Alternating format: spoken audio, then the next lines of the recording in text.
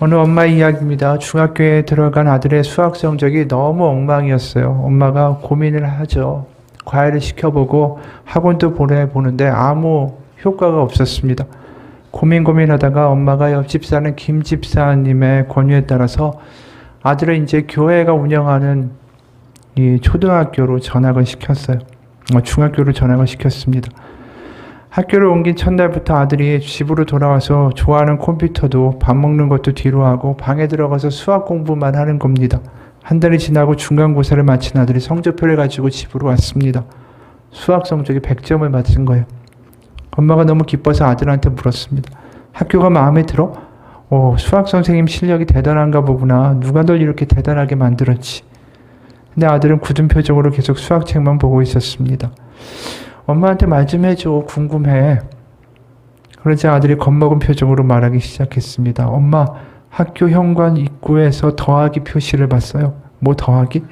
엄마가 반문하자 아이는 두려워 떨면서 얘기했습니다. 더하기 표시에 어떤 학생이 손과 발에 못이 박힌 채 달려 있었어요.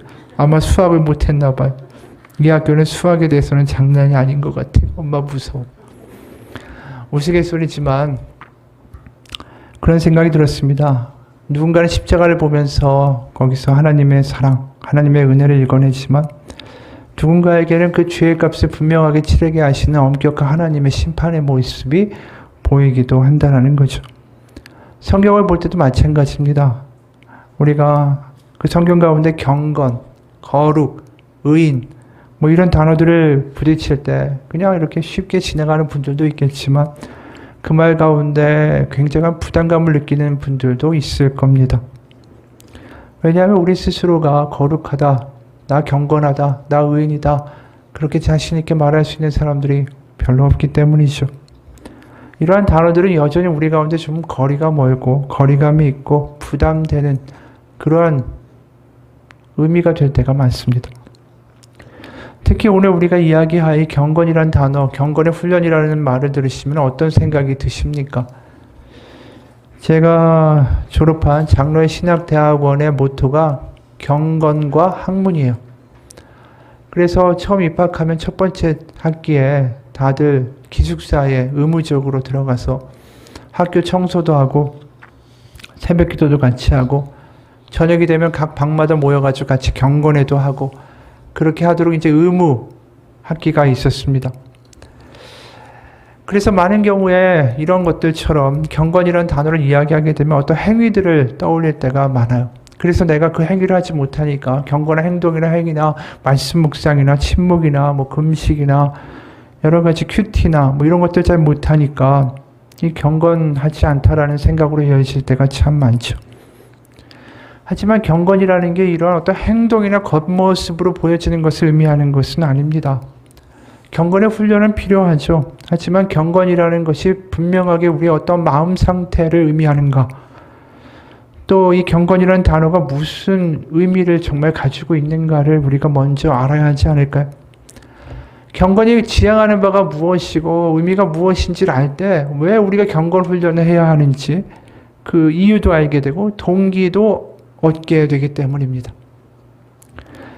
그래서 오늘 경건이라는 의미에 대해서 좀 깊이 알아보고자 합니다. 경건이라는 단어가 5절에 등장하죠. 5절에 이렇게 말씀합니다. 경건의 모양은 있으나 경건의 능력은 부인하니 이 같은 자들에게서 네가 돌아서라. 이 경건의 모양과 경건의 능력이 분리된다라는 거예요. 따로 있다라는 거죠. 그러니까 보기에 기도를 굉장히 오래 하고요. 말씀도 줄줄 잘 알고요. 성경도 잘 알고 예배도 진지하게 드리고 신앙적인 용어를 섞어서 굉장히 거룩하게 말을 한다고 할지라도 막상 경건의 진실과는 동떨어진 사람들이 있다라는 거죠. 사실 그런 사람들의 대표적인 예가 예수님을 대적한 바리새인들이 아닌가 싶습니다. 누가복음 18장 11절과 14절을 보면 예수님이 한 비유를 들어서 이런 말씀을 하십니다. 바리새인은 서서 따로 기도하여 이르되 하나님이여 나는 다른 사람들 곧 토색, 불의, 간음을 하는 자들과 같지 아니하고 이 세리와도 같지 아니함을 감사하나이다. 나는 일해에 2번씩 금식하고 또 소득의 11조를 드리나이다 하고 세리는 멀리 서서 감히 눈을 들어 하늘을 쳐다보지도 못하고 다만 가슴을 치며 이르되 하나님이여 불쌍히 여기소서 나는 죄인이로소이다 하였느니라. 내가 너에게 이르노니 이에 저 바리새인이 아니고 이 사람이 의롭다 하심을 받고 그의 집으로 내려갔느니라. 분명히 예수님이 여기서 말씀하시죠. 세리가 의롭고 바리새인은 그렇지 않다. 그러니까 이 말은 무엇을 의미합니까? 바로 바리새인이 경건의 모양만 있고 경건의 능력은 없는 사람이다라는 것을 의미하는 것이죠.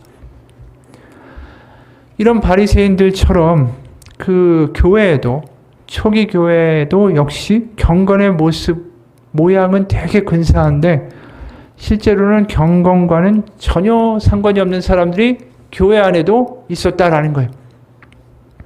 다시 말하면 교회 안에 바리새인 같은 사람들이 있었다라는 것이죠. 그럼 우리 이런 질문을 하게 됩니다. 교회 안에서 왜 굳이 경건한 체하고 경건의 가면을 쓰고 그렇게 살려고 할까? 그 이유는 사실 바리새인들이 했던 동기와 비슷합니다. 바리새인들이 그 당시에 경건을 유난하게 강조하고 경건한 모습, 거룩한 모습으로 살아갔던 이유는 뭐냐면 자신들이 이른바 율법의 전문가라고 인정을 받고 거리에서 사람들이 굽신굽신 자기한테 인사도 하고 또 잔치에 가서는 이 자리에 앉으십시오 이렇게 상좌의 자리도 양보받는 이른바 그런 권력을 탐했기 때문이죠. 똑같은 의도로 에베소 교회, 지금 디모데 전후서가 전달된 에베소 교회 안에서도 그러한 경건을 통해서 자신의 이익을 추구하는 사람들이 있었다라는 것입니다. 그럼 경건이 도대체 뭐길래 그렇게 그 당시에도 사람들이 경건한 사람 이러면 떠받들어주고 그 사람을 이렇게 바라보고 그랬을까? 실제로 로마 시대에서 이 경건이라는 덕목이 굉장히 중요했기 때문이에요. 사회에서도 경건이 굉장히 중요시되던 로마 시대였습니다. 이 경건이라는 단어가 헬라어로는 유세베이아지만 이걸 라틴어로 바꾸게 되면은 피에타스라는 라틴어예요. 이 피에타스라는 단어가 로마에서 굉장히 중요하고 널리 사용되던 개념인데 이 단어의 원래 뜻은 신이나 부모, 형제, 자매, 친구에 대한 합당한 의무감 또 그런 의무감에서 비롯한 행동들을 표현할 때 이 피에타스라는 단어를 사용한 거예요. 그래서 예를 들어서 장군은 황제한테, 평민은 귀족한테, 노예는 주인한테, 자식은 부모에게 피에타스가 반드시 있어야만 하는 거죠. 왜 강조하겠습니까? 그게 없으면 사회가 붕괴되죠. 우리가 조선시대에 유교를 강조했던 이와 똑같아요. 로마 사회 질서를 유지하는 근간이 바로 뭐냐면 피에타스라는 거예요. 의무감, 충직함, 충성감. 그러다 보니까 로마 시대에서 피에타스라는 이 덕목을 굉장히 적극적으로 장려하고 독려하게 됩니다. 그리고 사람을 평가할 때 제일 덕목이 저 사람의 피에타스가 있느냐 이걸 구분하는 거였어요. 심지어 그러다 보니까 로마 시대에는 피에타스를 여신의 모습으로 조각까지 하고 신전까지 만들었습니다. 실제로 이런 역사적인 사실이 있대요. 아버지가 사형 선고를 받고 감옥에 있어서 끼니를 걱정해야 하는 아주 불우한 환경에 처한 한 여인이 있었습니다. 근데 그 여인이 도망가거나 부모를 버린 게 아니라 자기의 젖을 짜가지고 부모를 먹이는 이야기가 그 당시에 많이 퍼졌어요. 그러니까 당시에 유명했던 호민관 글라브리오라는 사람이 이 여인의 피에타스를 기념하기 위해서 그녀의 고향에다가 신전을 짓습니다. 그리고 피에타스에게 봉헌을 해요. 이야기는 뭡니까? 결국 이 여인이 피에타스라는 여신이 마치 이 땅에서 하는 행동을 보여준 것이고 사람들에게 피에타스를 지키며 살아야 된다는 걸 가르치려고 그렇게까지 한 것입니다. 그러니까 이렇게 긴 이야기를 하는 이유는 뭐냐 하면 로마 시대에서 피에타스 없이 살 수는 없었다라는 거예요, 사회가. 그러니까 사회에서도 본능적으로 사람들이 그걸 인식하고 사는 거죠. 내가 피에타스를 지닌 사람이다라는 걸 사람들에게 인식시켜 줘야 하는 것이고 반대로 주변 사람들에게 피에타스가 없는 사람이야, 저 사람은. 뭔가 충직함과 의리와 의무감과 책임감 이런 게 없는 사람이야 라고 지켜버리면 사회생활하기가 반대로 되게 어려웠기 때문이죠. 그러다 보니까 교회 안에서도 이 피에타스를 가지고 있는 것처럼 보이는 게 이게 무의식적으로 굉장히 중요한 전제가 돼버린 거예요. 그러니까 교회 와서도 그런 사람들이 등장하는 것입니다. 예배에서 거룩한 말을 하고요. 말씀을 좀 아는 것 같이 행동하고요. 뭔가 뭐 11조 금식 이런 거에서도 뭔가 좀 굉장히 열중하는 사람처럼 보여지려고 하는 노력들이 있었다라는 거죠. 근데 알다시피 바리새인이 문제였던 것처럼 이런 사람들이 문제를 일으키는 거죠. 예배당 바깥을 나가면 전혀 다른 삶의 모습을 보여주는 것입니다. 그게 2절이에요. 사람들이 자기를 사랑하며 돈을 사랑하며 자랑하며 교만하며 비방하며 부모를 거역하며 감사하지 아니하며 거룩하지 아니하며. 그러니까 예배당에서는 굉장히 경건한 모습으로 있던 사람이 삶으로 나가면 하나님의 말씀보다 돈에 대해서 훨씬 더 민감한 거예요. 그리고 높은 자리에 올라가서 거들먹거리기를 좋아하고 교만하고 불평과 비난을 일삼는 모습이 보이는 거죠. 3절에는 또 이런 말씀도 합니다. 그들이 인정사정도 없고 누굴 미워하면 끝까지 그 마음에 담아두고 내가 이 원한을 갚으리라 이러고 살아간다라는 거죠. 절제도 없고 남이 안 보면 뒤에서 말도 좀 거칠게 하고, 교회에서는 굉장히 거룩한 척했다가 저 남들 안 보는 데서는 이제 말도 거칠게 한다라는 거예요. 참 모순인 거죠. 4절에서는 결국 그들이 자기 이익에 따라 배신하고 무모하고 자만하고 하나님보다 쾌락을 더 사랑한다 이렇게 이야기합니다. 이미 이야기한 대로 이렇게 사는 사람이 왜 교회 가서는 굳이 그렇게 경건한 척을 할까요? 왜요? 교회 안에서 피에타스한 사람이라고 인정받으면 교회 안에서 뭔가 자기가 얻을 이익이 있기 때문이다라는 거죠. 그래서 이 사람들이 6절 이하에 하는 짓거리가 나옵니다. 교회에서 어떤 일을 벌이냐 하면 6절, 7절 그들 중에 남의 집에 가만히 들어가 어리석은 여자를 유인하는 자들이 있으니 그 여자는 죄를 중히 지고 여러 가지 욕심에 끌린 바 되어 항상 배우나 끝내 진리의 지식에 이를 수 없느니라. 그러니까 이 거짓된 경건, 거룩한 모습으로 교회에서 뭔가 인정을 추구하는 이들이 그 인정을 좀 받기 시작하면 하는 게 뭐냐 하면 연약한 사람들. 여기 어리석은 여자라고 나오지만 그 당시에 어떤 남녀 차별의 문제를 생각하면 이게 여자의 문제가 아니에요. 어리석은 사람들한테 조종해서 그 사람들을 조종하고 자기 이익을 위하여 그 사람들을 이용하는 도구로 사용한다라는 거죠. 그러면서 그 사람들의 이야기에 저 사람은 뭔가 정말 믿을만해. 좀 하나님 잘 아는 것 같아. 그러면서 그 사람 말하는 대로 다 넘어가가지고 홀라당 망한다라는 거예요. 그러니까 교회 안에서 사기당하는 경우들이 꽤 많아요. 왜냐하면 그 사람 정말 거룩해. 야, 기도도 많이 하고 정말 교회 봉사도 많이 하고 근사한 것 같아. 그런 사람한테 사기당했다고 뉴스에 나오는 것들을 우리가 종종 보게 된다는 거죠. 그러니까 이런 문제들이 계속 교회에서 발생한다는 것입니다. 그러니까 사도 바울이 지금 아들과 같은 젊은 목회자 디모데에게 이 경건이라는 문제가 굉장히 현실적인 이 문제라는 것을 지적하고 가르쳐주고 있는 거예요. 그러니까 다시 말해서 경건이라는 게 우리가 생각하는 것처럼 막 추상적인 게 아니라 그 당시 목회를 하던 현장에서 이 경건을 어떻게 잘 구별해낼까, 가짜 경건과 진짜 경건을, 이게 굉장히 중요한 이슈였다라는 거죠. 그걸 잘 못하면 교회가 자꾸만 문제가 생기는 거예요. 그럴 수밖에 없죠. 너무나도 경건한 모습으로 와서 교회에 앉아있고 경건한 말하고 거룩하고 막 성경 잘 알고 막 이런 사람들이 나중에 문제를 일으키면 교회가 얼마나 흔들거리겠어요. 그러다 보니까 디도에게 보낸 편지, 또 디모데에게 보낸 편지, 디도서나 디모데 전후서에 경건이란 말이 15번이나 등장합니다. 이게 별로 긴 서신도 아니에요. 이 경건이란 문제가 굉장히 목회적으로 중요한 이슈였다라는 걸 우리가 알게 되는 거죠. 근데 한번 생각해 보세요. 경건이라는 게 그럼 나쁜 겁니까? 아니죠. 당연히 교회에서 경건을 추구해야 되는 것이 맞는 거 아닙니까? 그러니까 교회에서도 경건을 이야기할 수밖에 없는 거예요. 한편으로 가짜 경건에 대해서 걱정이 되지만, 그러니까 교회에서도 특히 사람을 택해서 장로나 또 신임받는 자리에 세울 때 중요한 덕목이 뭐였냐면 경건이었어요.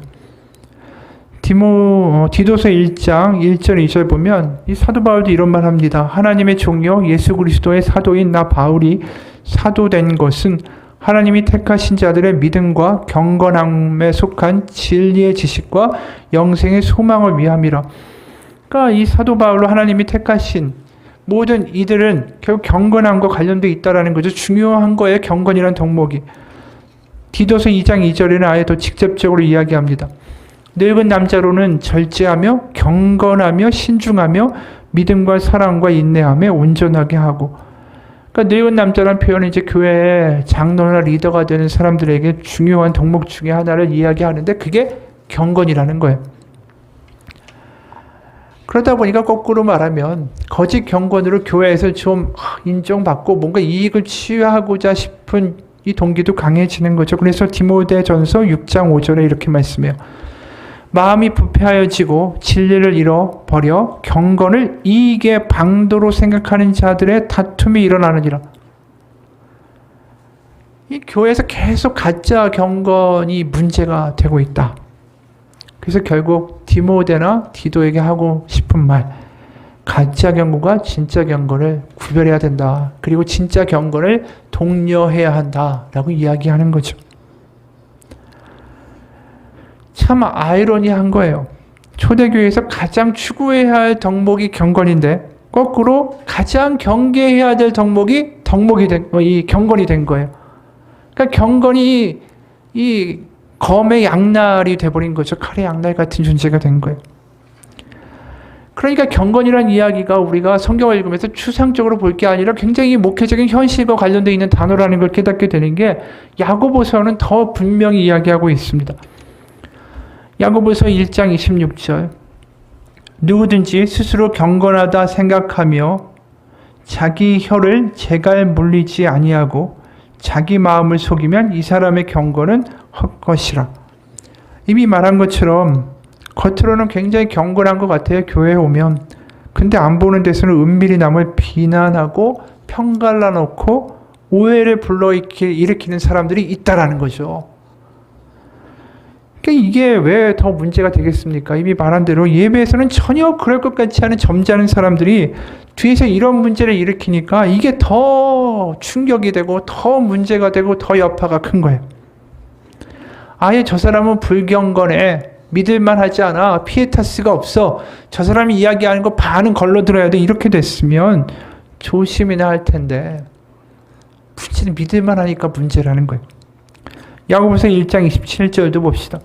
하나님 아버지 앞에서 정결하고 더러움이 없는 경건은 곧 고아와 과부를 그 환난 중에 돌보고 또 자기를 지켜 새 속에 물들지 아니하는 그것이니라. 그러니까 가짜 경건으로 교회에서는 근사하고 거룩하게 행동하지만 이 경건, 가짜 경건은 자기 이익을 위해서 움직이는 사람들 아닙니까? 그러니까 어려운 사람들 도와주는 거에는 한등의 관심이 없었던 거예요. 여태까지 한 이야기들을 보면서 어떤 생각이 드십니까? 이게 우리가 사는 오늘날의 교회 모습과 똑같다라는 거예요.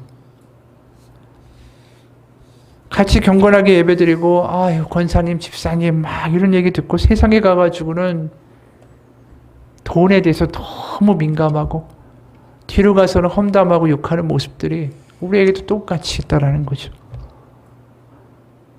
그리고 교회에서 자기하고 비슷한 사람들끼리 이익을 도모하는 마치 사교 클럽처럼 되어가는 교회의 모습도 종종 눈에 띕니다. 그러다 보니까 경건의 모양만 있는 거예요. 그래서 사람들이 세상에서 기독교를 개독교라고 욕하게 된 모든 이유가 여기에 있는 거예요. 마이클 야코넬리라는 분이 쓴 영성이라는 책이 있는데 어린 시절에 자기가 교회에서 겪은 이야기를 이렇게 기록합니다.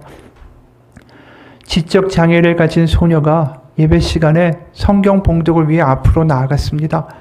다른 사람보다 몇 배의 시간을 들여 앞으로 나갔고 그보다 더 오랜 시간을 들여서 성경을 떠듬떠듬 읽었습니다.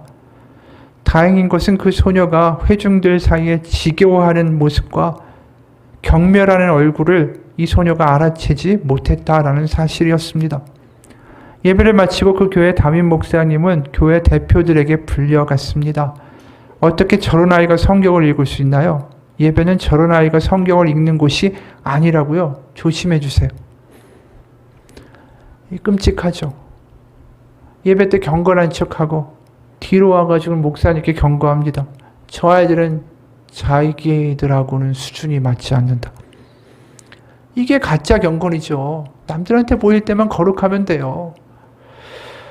여러분, 바울이 말하는 진짜 경건은 그럼 뭘 의미할까요? 교회에서 정말 추구해야 되는 진짜 경건은 뭘 의미할까요? 경건한 삶의 모습은 과연 무엇일까요? 어떻게 해야 구별할 수 있을까요? 아까 말한 경건이라는 단어 유세베이아의 단어를 좀 살펴봅시다. 유세베이아에서 유는 좋은이라는 뜻의 접두사입니다. 그리고 세베이아라는 단어는 경외하다, 두려워하다라는 뜻이에요. 직역하면 좋은 두려움이 경건이라는 거예요. 그러니까 올바른 대상을 두려워하는 것이 바로 제대로 된 경건입니다. 그걸 좀 다시 정리해서 표현하면 경건한 삶이라는 건 삶 속에서 내가 정말 이게 뭐가 중요한지를 알고 내가 뭘 더 소중히 여기고 무겁게 느껴야 하는 건지를 잘 분간하는 삶이 경건한 삶이라는 거예요. 그러니까 돈을 두려워하는 게 아니라 내가 하나님을 두려워해야 되고 사람을 두려워해야 되는 게 아니라 하나님을 두려워해야 한다라는 것들이 우리 마음 가운데 분별되는 삶이 경건한 삶이라는 것이죠. 그러니까 아무리 교회에서 근사한 말을 하고 정말 뭐 기도하는 가운데 막 신학의 용어들을 사용한다고 해도 결국 세상에 나아가서 돈에 더 민감하고 사람에 대해서 두려워하고 그러면 결국 엉뚱한 대상을 두려워하는 가짜 경건을 가지고 있는 사람밖에 안 된다라는 것입니다. 그래서 디모데전서 3장 16절에 이런 말씀이 나와요. 크도다 경건의 비밀이요. 이 크도다 경건의 비밀이요. 이게 한글로는 되어 있는데 이게 도대체 뭔 소리인지를 모르겠는 그런 마음이 들지 않습니까? 크도다 경건의 비밀이요. 경건이란 말도 잘 모르겠는데 거기다 비밀이래요. 거기다 크대요. 이게 뭔지 모르겠어요. 그런데 이 말을 잘 설명해서 풀면 올바른 두려움을 느끼는 그런 마음의 신비가 있다라는 거예요. 이게 무슨 말인지 더 풀어보면 이 이야기예요. 세상 사람들은 알지 못하지만 우린 예수님이 경외할 뿐이라는 것을 안다. 그러니까 우리는 바른 그 경외감을 느껴야 할 대상을 아는 그런 신비로운 그 사람들이 알지 못하는 비밀을 알고 있는 것이다라는 거예요. 그러니까 우리는 바른 경외함을 가지고 있다. 사람들은 모르는 비밀이다. 그 대상이 예수님이다라는 거예요. 그래서 그 다음 말에 이런 말 할 수밖에 없는 거예요. 크도다 경건의 비밀이요. 그 다음에 그는 육신으로 태어난 나타난 바 되시고 영으로 의롭다 하심을 받으시고 천사들에게 보이시고 만국에서 전파되시고 세상에서 믿음 받으시고 영광 가운데 올려지셨느니라. 세상 사람들이 이걸 모른다라는 거죠. 여러분 한마디로 경건이다라는 말은 우리가 경외할 대상을 제대로 아는 것입니다. 레지나 스펙토라는 분의 글이에요. 전에도 한번 이야기한 적이 있는데 병원에서는 아무도 하나님을 비웃지 않는다. 전쟁에서는 아무도 하나님을 비웃지 않는다. 굶거나 죽거나 아주 가난할 때 아무도 하나님을 비웃지 않는다. 정기검진 후 의사로부터 갑자기 전화를 받을 때 아무도 하나님을 비웃지 않는다. 몹시 늦은 시간 아이들이 집에 아직 돌아오지 않을 때 아무도 하나님을 비웃지 않는다. 비행기가 통제할 수 없을 정도로 마구 흔들릴 때 아무도 하나님을 비웃지 않는다. 사랑하는 사람이 다른 누군가와 손을 잡고 걷는 모습을 보았을 때 그리고 그것이 실수였기를 바랄 때 아무도 하나님을 비웃지 않는다. 경찰이 밤늦게 현관문을 두드리며 선생님 좋지 않은 소식이 있습니다라고 말할 때 아무도 하나님을 비웃지 않는다. 가뭄과 화재와 홍수가 일어났을 때 아무도 하나님을 비웃지 않는다. 바로 그 순간이 하나님께 돌아서서 이렇게 말할 때다.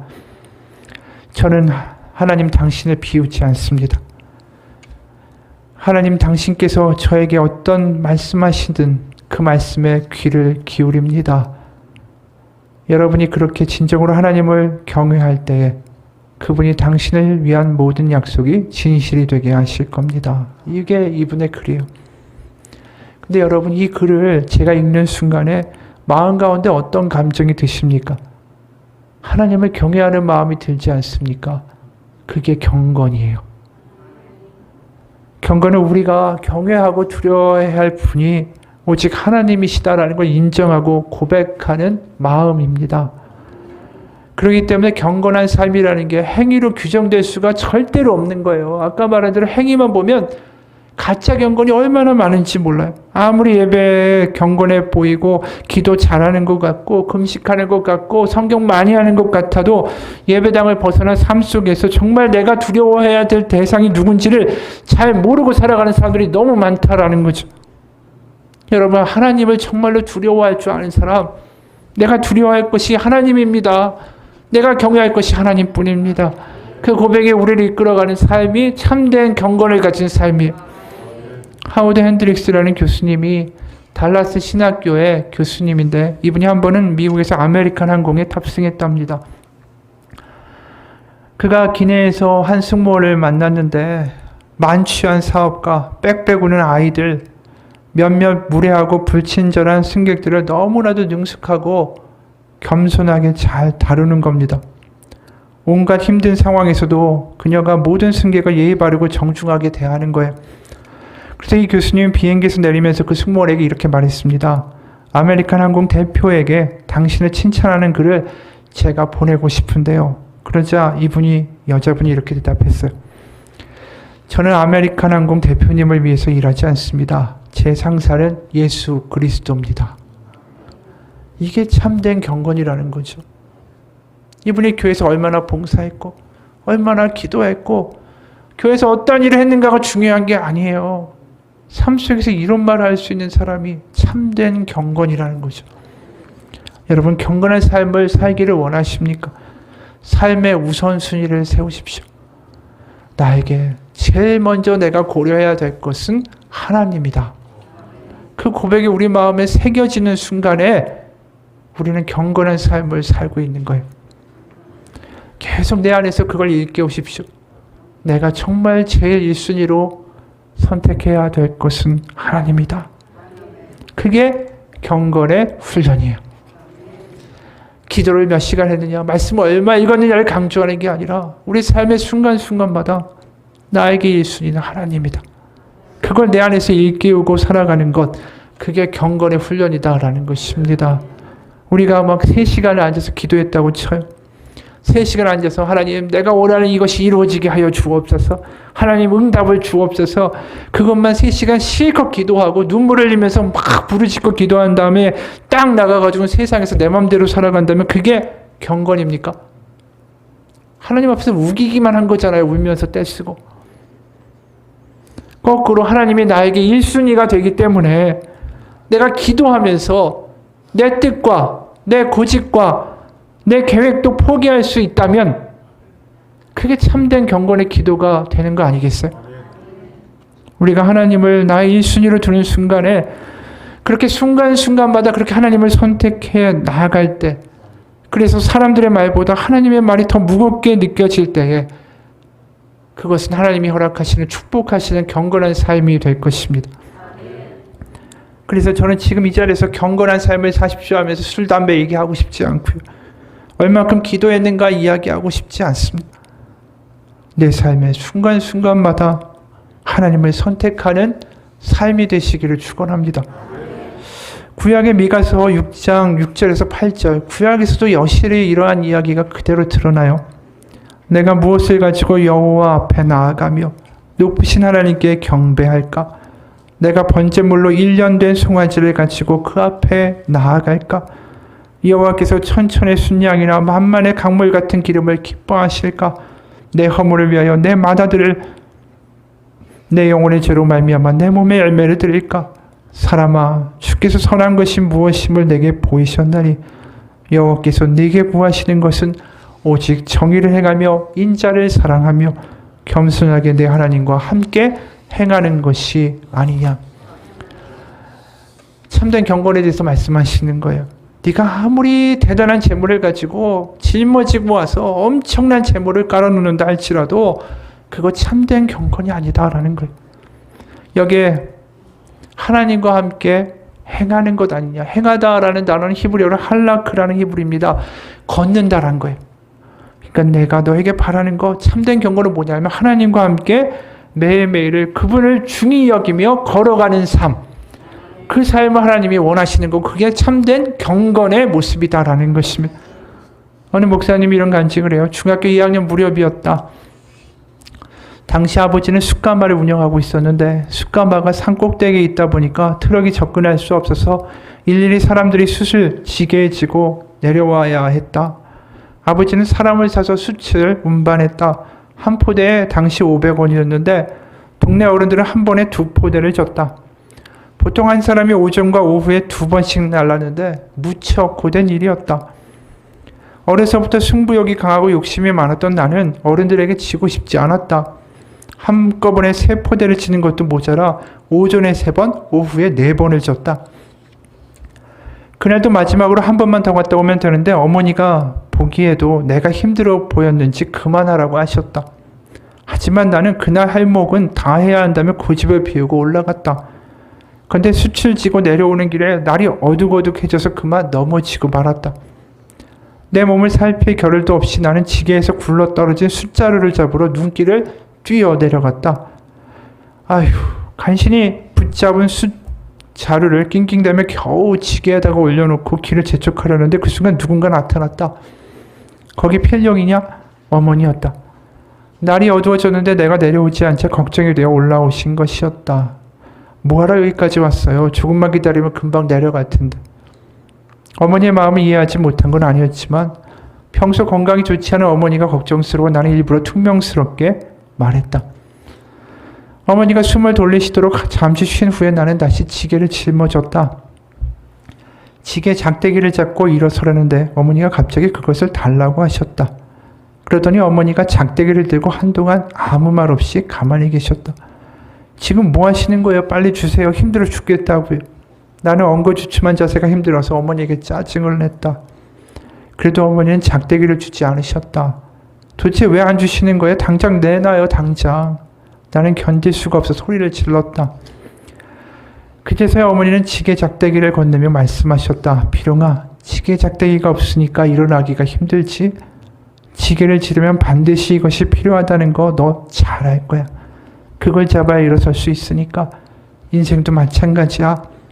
사람들은 저마다 행복해지기 위해서 무언가를 꼭 붙잡는단다. 어떤 사람은 돈을, 어떤 사람은 권력을, 어떤 사람은 명예를 붙잡지. 하지만 너는 주님 손만 잡아라. 그 무엇보다 먼저 하나님을 잡아라.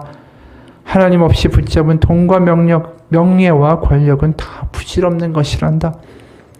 먼 훗날 어머니 산소에 갔다가 불현듯 그때 일이 떠올랐다. 어머니가 안장된 곳은 지게 작대기 교훈을 주었던 바로 그 장소였다. 그동안 까맣게 잊고 있었는데 그날 비로소 어머니가 말하고자 했던 말을 확실히 알게 되었다. 모래 위에 세운 집은 비와 바람에 무너지고 만다. 근본이 잘못되었기 때문이다. 나도 한때는 남이 부러워할 정도로 돈도 많이 벌어봤고 사장님 소리도 들어봤고 명예도 얻어봤고 사랑하는 여자가 전부인 줄 알고 매달려도 봤다. 그러나 그 모든 건 헛된 일이었다. 어머니의 말씀이 옳았다. 내가 정작 붙잡아야 할 것은 그런 게 아니었다. 아니 엄밀히 말하면 우선순위가 잘못된 거였다. 내가 늘 가장 먼저 붙잡아야 할 분은 바로 하나님이셨다. 여러분, 삶의 우선순위가 하나님이 되기를 원합니다. 아무리 내가 힘들고 일이 피곤하고 지치고 낙담되고 그냥 누워서 TV 리모컨이나 붙잡고 멍하게 있고 싶을 때에도 마음속에서 기억하십시오. 나한테 1순위는 하나님이야. 그래, 하나님한테 기도해야지. 하나님 말씀 읽어야지. 그렇게 벌떡 일어날 때 그 피곤한 가운데 더 큰 하나님의 은혜가 임할 것입니다. 하나님을 1순위로 사는 삶, 그 경건의 삶에는 지금 어려움에 빠져 있다 할지라도 반드시 하나님이 역사하시는 삶의 체험이 있을 수밖에 없어요. 케네스 베라고 재미교포인데 동포인데 케네스 베라는 이분이 북한에서 선교 행위를 했다라고 이제 누명을 쓰고 노동 수용소, 교환소에서 2년간을 붙잡혀 있다가 풀려났습니다. 이분이 잡혀가는데도 하나님을 포기하지 않았어요. 오히려 삶의 나의 최고의 예수는 하나님이다. 늘 하나님을 먼저 하고 하나님 이야기를 입에 달고 사니까 이 노동교환소 간부들이 그게 좋게 보이지가 않죠. 그러니까 굉장히 괴팍한 어려운 일을 맡겼어요. 너는 네가 먹을 음식을 네가 직접 길러라. 농업과는 전혀 거리가 멀었던 이분이 이 주어진 땅이 또 어디였냐면 아주 척박한 언덕배기의 땅이었어요. 이분이 당뇨도 있고 여러 질환이 있었으니까 뙤약볕에 곡괭이로 딱딱한 땅을 파야 되는 거예요. 이게 너무 고역인 거죠. 어느 날 교화소의 지휘관이 언덕배기 이 딱딱한 땅에서 이 겨우 자라난 형편없는 그 작물들을 보고 뭐라고 나무랬습니다. 그러면서 손가락으로 가리키면서 얘기했어요. 아래쪽 골짜기에 줄지어쓴 이랑에서 잘 자란 교화소의 작물들과 비교하면서 이렇게 말하는 거예요. 너 하늘에서 도와준다고 했지? 우리는 위대한 수령 김일성 동지께서 주신 농경 방식이 있고 둘이 얼마나 차이가 나는지 한번 지켜보라고. 그리고 이분이 이어서 책에서 직접 이렇게 썼습니다. 그 말을 듣고 그날 밤 번쩍이는 번개와 천둥 소리에 잠에서 깼다. 폭우가 쏟아지는 소리가 들렸다. 그러더니 건물 안에서 소동이 일어났다. 사람들이 고함을 지르고 복도를 오르내리는 발소리와 바깥문이 꽝 하고 닫히는 소리가 들렸다. 너무 피곤해서 일어나 창밖을 내다볼 힘도 없었다. 몸을 뒤척이다 다시 잠들었다. 다음날 아침 교도소장이 내 방을 앞을 지나가는데 누가 봐도 화난 표정이 역력했다. 무슨 일이에요? 내가 물었다. 어젯밤 홍수가 나서 콩밭 전체가 물에 잠겼다. 다 떼내려갔어. 그가 말했다. 콩은 간수들을 비롯한 전 직원의 주식이었으므로 이는 엄청난 타격이었다. 밖으로 나가보니 다 쓸려가지는 않았다. 말한 대로 간수들의 밭은 다 사라졌지만 언덕백에 있던 내 밭은 멀쩡했다. 나는 마치 온 애굽의 재앙이 닥쳤을 때도 아무 일이 없었던 이스라엘 백성 같은 심정이었다. 나는 홀로 미소를 지으며 혼잣말로 기도했다. 하나님 정말 유머 감각이 넘치시네요. 여기서 주님의 살아계심을 확실히 보여주셨어요. 여러분, 하나님을 우선순위로 살아가는 사람들, 하나님을 선택하는 사람들, 하나님을 삶 속에서 잊지 않는 사람들, 하나님이 잊지 않으십니다. 물론 우리가 이런 경건의 삶을 살려고 하다가 하나님을 선택하려다가 실패할 때가 있어요. 우리 연약하니까요. 세상의 말들과 우리가 건강이 나빠지거나 힘든 일들이 우리를 짓눌러 버리면 우리가 하나님을 선택하는 것조차 힘들 때가 있을 수 있습니다. 하지만 그건 사도 바울도 알고 있는 거 아닐까요? 그래서 사도 바울이 디모데전서 4장 7절 8절에 디모데에게 이렇게 이야기해요. 망령되고 허탄한 신화를 버리고 경건에 이르도록 네 자신을 연단하라. 육체의 연단은 약간의 유익이 있지만 경건은 범사에 유익하니 금생과 내생의 약속이 있느니라. 힘들지만 그래도 경건하려고 너 자신을 연단하라고 부탁합니다. 여러분, 우리가 하나님을 선택하는 삶을 살아가기 원해요. 어려우면 어려울수록 더 하나님을 1순위로 두고 살아가는 경건한 삶을 살아갈 때에 하나님은 우리를 기억해 주실 것입니다. 그리고 우리가 신앙이 점점 무르익어 갈수록 나이를 한 살 한 살 더 먹을수록 우리 가운데 나타나야 할 변화가 이거예요. 경건.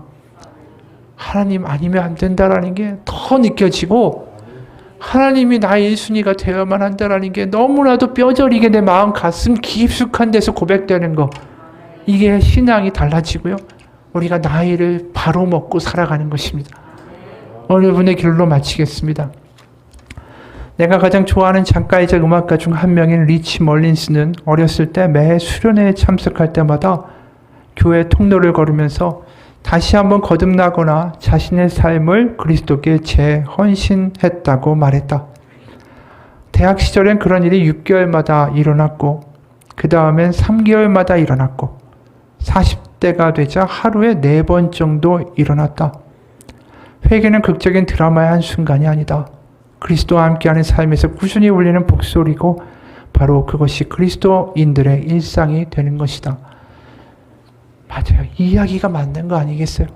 우리가 나이가 들고 신앙이 깊어질수록 순간순간 우리는 기억하게 돼요. 하나님 없이 안 되겠구나. 하나님 없이 사는 게 얼마나 어리석은 거구나. 젊을 때는 1년에 한 번, 수련회 가서 한 번, 그렇게 기억한다고 하잖아요. 하지만 나이를 먹으면 먹을수록 이분은 40대가 되니까 하루에 4번 고백하게 됐다라는 거 아니에요.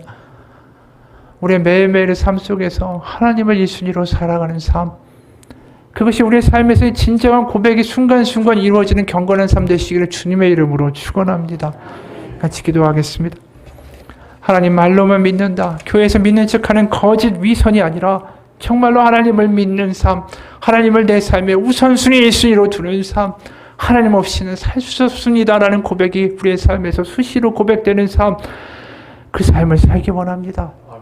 그 삶 가운데 하나님은 반드시 응답하시고 반드시 그분의 살아계심을 맛보아 알게 하시며 그분의 형통하심을 우리의 삶 가운데 반드시 이루어 주실 것입니다. 가짜 경건으로 하나님 앞에 나아가 애쓰고 아무리 기도하고 땡깡을 부린다고 할지라도 하나님 그 가짜 경건에 반응하시는 하나님이 아닙니다. 하나님을 제대로 경외하는 바른 경건의 마음으로 아버지 앞에 나아가 순간순간 기도할 때 내가 너의 기도를 들었고 내가 너를 인도하며 내가 너와 함께한다라는 음성 들려주신 하나님의 역사를 경험할 수 있는 우리의 삶이 되게 하여 주옵소서. 살아계신 우리 주 예수 그리스도의 이름 받들어 기도합니다. 아멘. 같이